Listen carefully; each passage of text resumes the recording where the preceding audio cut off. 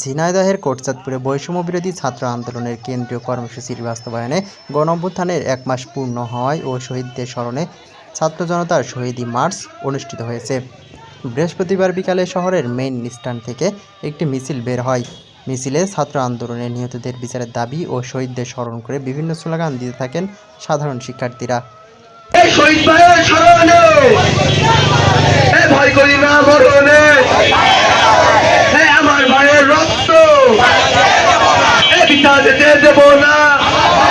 মিছিলটি শহরের বিভিন্ন সড়ক প্রদক্ষিণ শেষে বাস স্ট্যান্ডে এসে সংক্ষিপ্ত সমাবেশ অনুষ্ঠিত হয়। অনুষ্ঠানে বক্তারা বলেন, কেন্দ্রীয় কর্মসূচির অংশ হিসেবে শহীদদের স্মরণে আজকে আমাদের এই আয়োজন।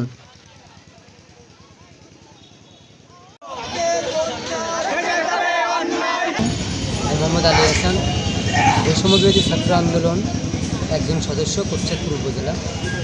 আজকে আমাদের কোটচাঁদপুর উপজেলায় যে প্রোগ্রামটি হচ্ছে, এটি হচ্ছে গণঅভ্যুত্থানের ১ মাস পূর্ণ হওয়ার কারণে শহীদদের স্মরণে শহীদী মার্চ, যেটি কেন্দ্রীয় কর্মসূচির উপর নির্ভর করে আমাদের এই প্রোগ্রামটি পরিচালিত হচ্ছে।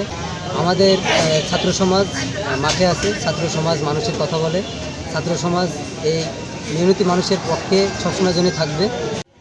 এ সময় মিছিলে কোটচাঁদপুর সরকারি মোশাররফ হোসেন কলেজ, পৌর কলেজ, কামিল মাদ্রাসা, এসডি ডিগ্রি কলেজ, তালসার কলেজ সহ কোটচাঁদপুরের বিভিন্ন স্কুল কলেজের শিক্ষার্থীরা অংশগ্রহণ করেন। কোটচাঁদপুর থেকে রকনুজ্জামান, ঝিনাইদহের কাগজ।